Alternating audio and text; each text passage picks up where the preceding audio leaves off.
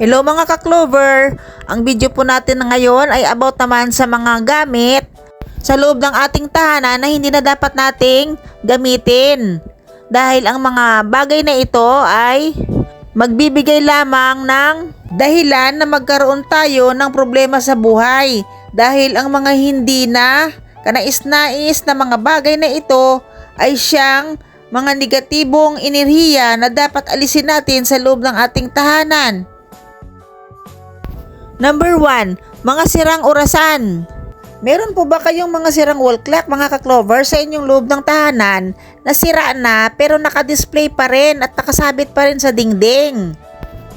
Mga ka-Clover, alam nyo ba na ang tiktak ng ating mga orasan ay nangangahulugan ng tuloy-tuloy nating pagkilos sa pagsasang-ayon sa ating araw-araw na pamumuhay? Ang bawat segundo ng pagtakbo ng ating mga orasan ay siya ring nangangahulugan na tuloy-tuloy ang agos ng matiwasay na pamumuhay para sa tuloy-tuloy din ng ating pag-unlad sa buhay. Paano naman kapag ang ating mga orasan ay sira na? Kapag hindi na gumagana ang orasan nyo ay dahil sa sira na ito ay kailangan nyo nang itapon. Huwag nyo nang hayaan na nakasabit pa sa inyong mga dingding ang orasan nyo dahil nangangahulugan ito ng kabagalan ng pag-asenso sa buhay. Dahil ang mga bagay na wala ng silbi ay siya namang sinasang-ayunan ng ating masasamang elemento dahil sila ang gustong manghimasok sa ating buhay para sirain at panatilihing bumigat ang ating pamumuhay. Kaya kung mayroon pa kayong nakasabit o nakadisplay pa na mga sirang orasan sa loob ng inyong tahanan, kung maaari tanggalin nyo na at itapon ang mga bagay na iyon para gumaan at patuloy na maging maayos ang ating pamumuhay. Number 2, mga crack o basag na mga figurine at base. Dahil ang mga crack at basag na display ay nagre-representa ito ng kalungkutan sa ating pamilya. Nang ibig sabihin ng mga crack at basag ay siyang maaaring babasag din sa katahimikan ng ating pamilya.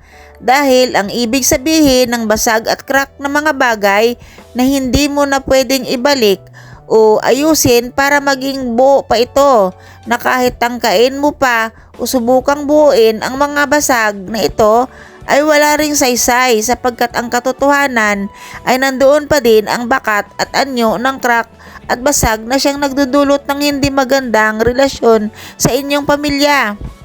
Kaya naman huwag na kayong manghinayang na itapon ang mga bagay na iyon na kahit sabihin nyo pa na may kamahalan o kaya naman may sentimental value po sa inyo iyon, walang saysay rin ang mga yan dahil magdudulot lamang ng kalungkutan at pagkawatak-watak ng hindi magandang relasyon sa inyong pamilya.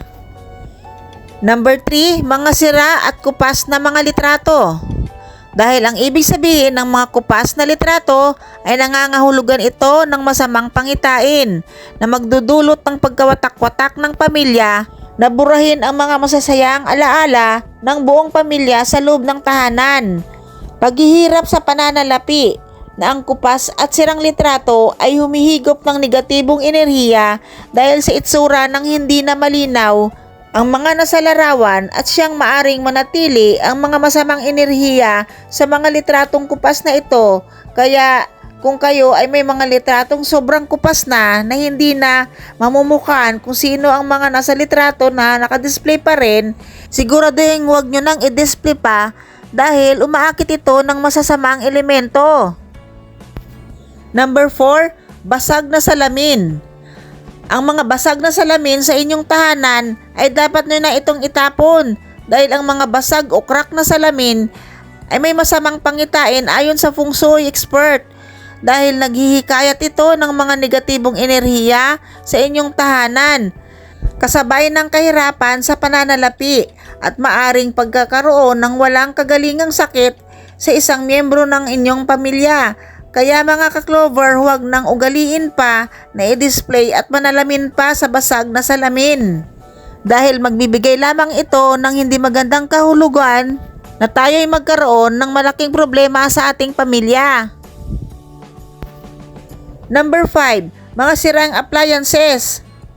Ang mga sirang appliances ay hindi na dapat mananatili pang nakadisplay o nakikita sa inyong loob ng tahanan kung ang mga ito'y hindi na maaayos pa.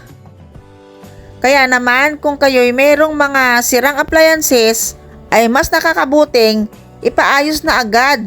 At kung hindi na maiayos pa, mas mabuting itapon na dahil nagdudulot ito ng negatibong enerhiya dahil sa hindi na gumagana ang mga ito ay siyang may kahulugan na mapabagal ang pag-asensyo ng buhay at maaring pagkakaroon ng malaking problema sa pananalapi dahil sa mabigat na dala ng mga sira na nakadisplay pa sa inyong loob ng tahanan.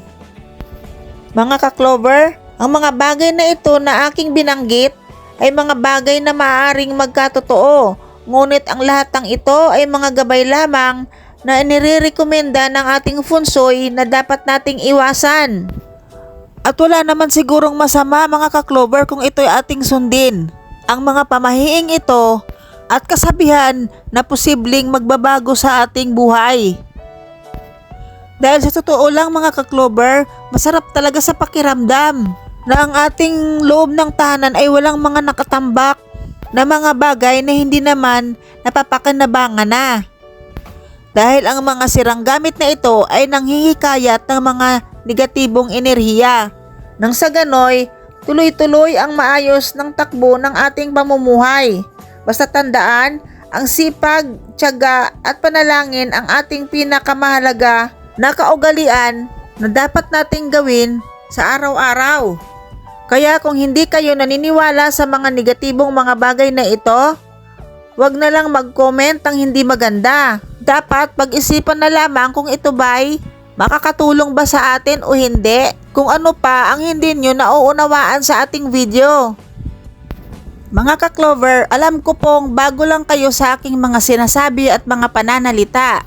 Ngunit ang lahat ng video po na aking sinishare sa inyo ay ni-research ko at pinag-aralan upang meron po akong mai-share sa inyo at maitulong na ang lahat ng bagay sa mundo ay marami po sa ating hindi po alam ang masama, hindi po alam ang maling gawain dahil hindi lang sa mga kasabihan at pamahiin, halos lahat ng mga sinasabi ko ay aking naranasan at natutunan.